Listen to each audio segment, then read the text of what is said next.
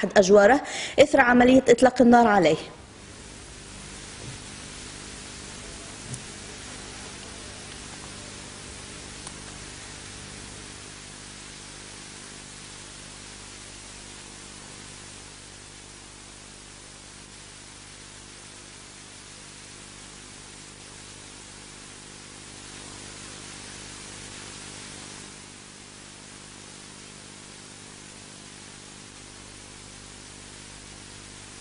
على اول ما سمعت الطلقات الناريه انا نسكن في معناتها الوكاله نتاعنا جوست في السيتيم ايتاج، نسخايل الاسانسير طاح ولا درا شنو، هابط نجري ونخمم معناتها نشوف شنو فما كي خلطت نلقى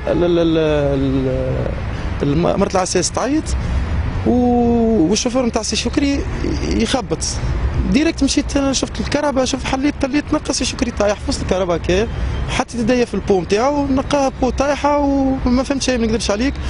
وليت حليت الباب، عندي لومبيلونسي عيطت له الاخر معناتها ودور لي الكهرباء. كي حطيت سي شكري نلقاه عنده معناتها مضروب طلقات ناريه في الليكوت. سبونتانيمون ما حبيتش نمشي لحتى بلاصه اخرى، لقيت اسهل ثنيه خديت يسار، مرته تعيط معناتها تحب تمشي الامان، سيركيلاسيون الدنيا ما فيهاش امان والحاله نتاعو ما توصلنيش للامان. جريت بيه لاقرب كلينيك اللي هو كلينيك النصر هنا، خاطر عندي فيها معناتها ثقه فيهم ونخدم معهم برشا. هذاك اللي ريته، هذاك اللي صار، وهذاك اللي شفته معناتها.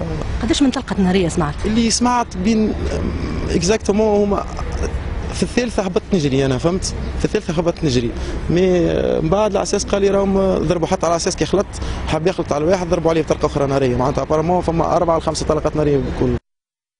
هذه إذن شهادة أحد أجوار شكري بالعيد، وكنا نشاهد موقع الجريمة.